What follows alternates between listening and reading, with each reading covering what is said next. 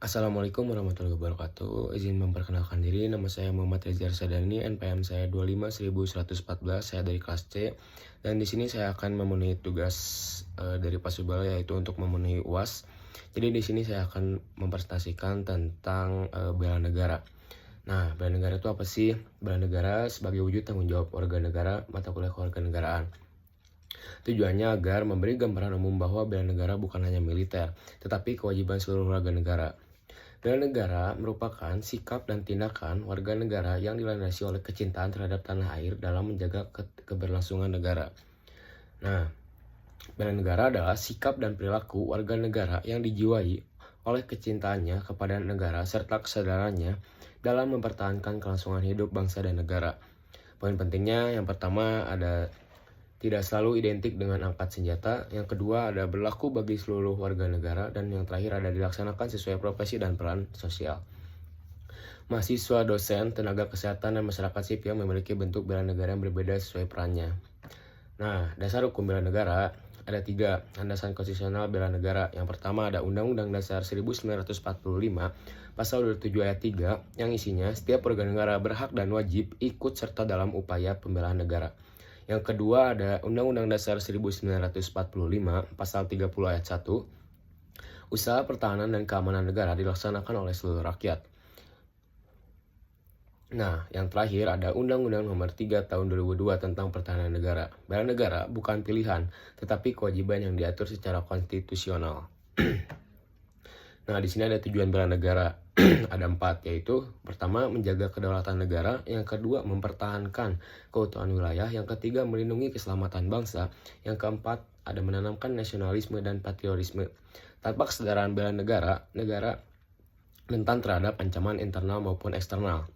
Nah, nilai-nilai bela negara itu ada 5. Yang pertama cinta tanah air, yang kedua kesadaran berbangsa dan bernegara, yang ketiga ada setia pada ideologi negara, yang keempat ada rela berkorban, yang kelima memiliki kemampuan awal bela negara. Nilai-nilai ini membentuk karakter warga negara yang bertanggung jawab dan berintegritas.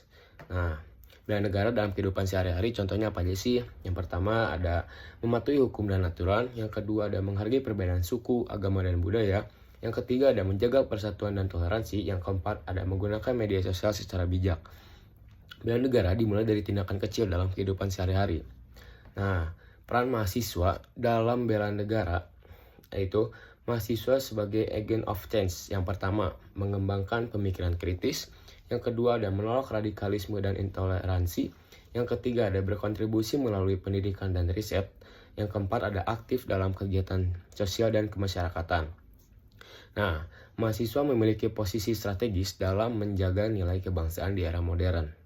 Nah, tantangannya apa aja sih kalau misalkan di materi bela negara ini di era globalisasi ya tentunya. Yang pertama ada lunturnya nasionalisme, yang kedua ada pengaruh budaya asing yang berlebihan, apalagi sekarang banyak banget hal-hal negatif yang bermunculan dari era globalisasi ini. Yang ketiga ada hoax dan informasi. Banyak sekali berita di Indonesia yang bahwa berita-berita tersebut belum divalidasikan bahwa berita itu benar dan kebanyakannya itu hoax guys. Yang keempat ada radikalisme dan ekstremisme. Nah, globalisasi membawa kemajuan tetapi juga ancaman terhadap jati diri bangsa.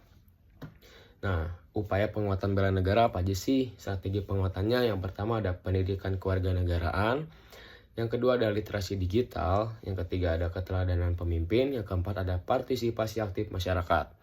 Nah, penguatan bela negara harus dilakukan secara berkelanjutan dan kolaboratif. Di sini ada kesimpulannya. Nah, kesimpulan yang pertama itu adalah bela negara adalah kewajiban seluruh warga negara. Yang kedua ada tidak terbatas pada aspek militer. Jadi mau masyarakat, mau warga sipil dan lain sebagainya pun ikut bantu membela warga negara. Yang ketiga ada relevan dalam kehidupan sehari-hari yang tadi saya sudah contohkan kepada teman-teman atau Pak Subelo. Dan yang terakhir ada mahasiswa berperan penting dalam menjaga masa depan bangsa. Jadi mungkin bela negara adalah investasi jangka panjang bagi keberlangsungan Indonesia. Nah, bela negara tuh sebenarnya simpel ya guys. Dengan kita tetap mempertahankan budaya kita sendiri tanpa mengikutinya budaya asing, itu salah satu kita menjaga contoh dari bela negara ya guys. Mungkin presentasi dari saya cukup sekian dan terima kasih. Mohon maaf bila ada salah kata. Dan di sini saya sudah memenuhi tugas UAS dari Pak Sugiono. Wassalamualaikum warahmatullahi wabarakatuh. Terima kasih. Oke, di sini mungkin aku bakal tambahin nih, poin-poin penting selanjutnya. Yang pertama ada jenis bela negara. Bela negara dapat diklasifikasikan menjadi beberapa bentuk. Yang pertama ada bela negara fisik, yang kedua ada pertahanan bersenjata, yang ketiga dilakukan oleh TNI dan komponen cadangan, yang keempat ada bela negara non fisik, yang kelima ada pendidikan, yang keenam ada pengabdian masyarakat, yang ketujuh ada ketaatan hukum, dan yang terakhir ada kontribusi intelektual dan moral. Nah, di sini menegaskan bahwa bela negara bersifat multidimensional, tidak sempit pada aspek militer. Nah, berikutnya ada bela negara dan ideologi bangsa. Bela negara tidak dapat dipisahkan dari yang pertama ada nilai Pancasila, yang kedua ada semangat kebinekaan, yang ketiga ada persatuan dalam keberagaman. Nah, penekanan pentingnya yaitu menolak intoleransi adalah bentuk bela negara, menjaga persatuan sosial sama pentingnya dengan menjaga wilayah. Selanjutnya ada bela negara dan hak asasi manusia atau yang bisa disebut dengan HAM. Yang pertama harus tetap menghormati HAM, yang kedua tidak melakukan secara represif, yang ketiga mengedepankan kesadaran bukan paksaan. Jadi bela negara yang mengabaikan HAM justru bertentangan dengan prinsip negara demokrasi. Nah, selanjutnya ada bela negara di era digital nih.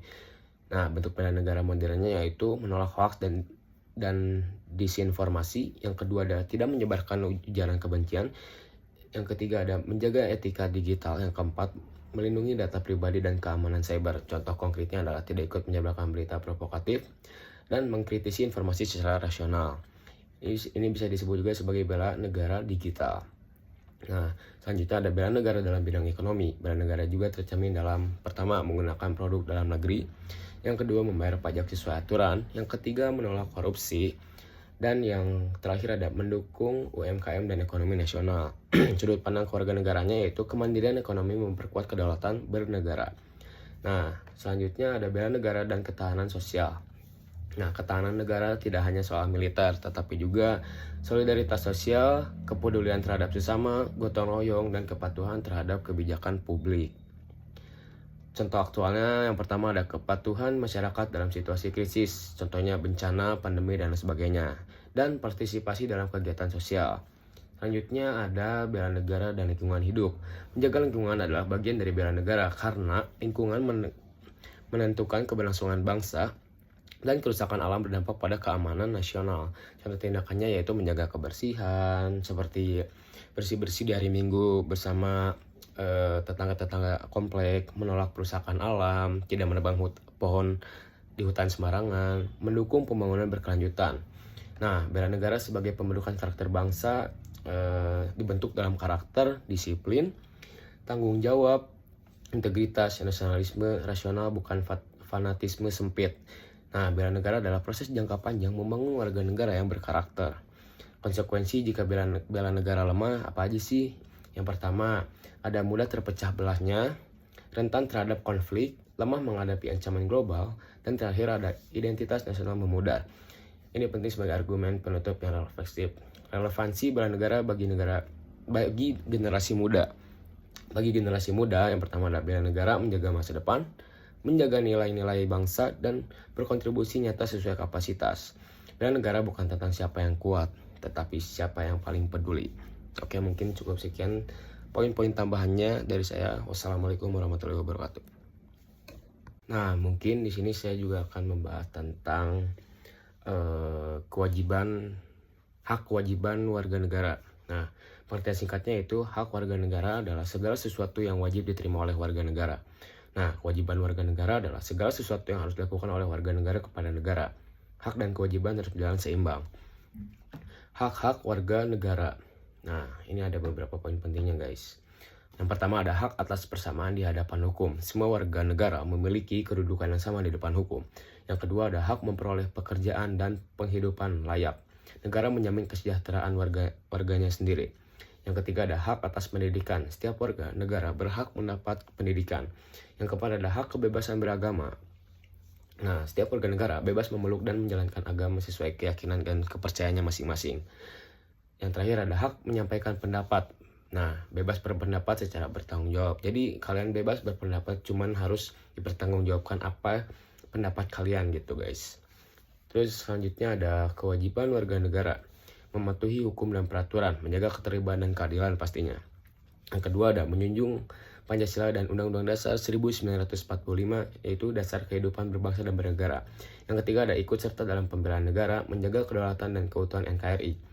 Yang keempat ada menghormati hak orang lain, yaitu mewujudkan kehidupan yang harmonis. Dan terakhir ada membayar pajak, mendukung pembangunan nasional. Nah, hubungan hak dan kewajiban, hak tidak dapat dituntut jika kewajiban diabaikan. Nah, yang kedua ada kewajiban dilaksanakan untuk memenuhi haknya terjamin. Yang ketiga ada keseimbangan hak dan kewajiban menciptakan keadilan sosial. Nah, contoh dalam kehidupan sehari-hari yaitu yang pertama mendapatkan pendidikan, wajib menaati peraturan sekolah, mungkin di kampus juga pun bisa, atau mendapat materi-materi yang mungkin didapatkan di perkantoran.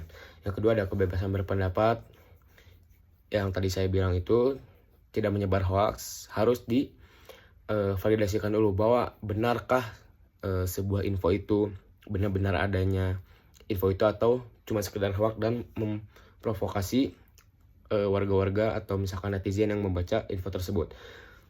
Hak keamanan dan mematuhi hukum gitu guys. Jadi mungkin warga negara yang baik bukan hanya menuntut haknya, tetapi juga melaksanakan kewajibannya demi kepentingan bersama. Mungkin cukup sih sekian untuk menambahkan materi tentang hak kewajiban warga negara. Wassalamualaikum warahmatullahi wabarakatuh.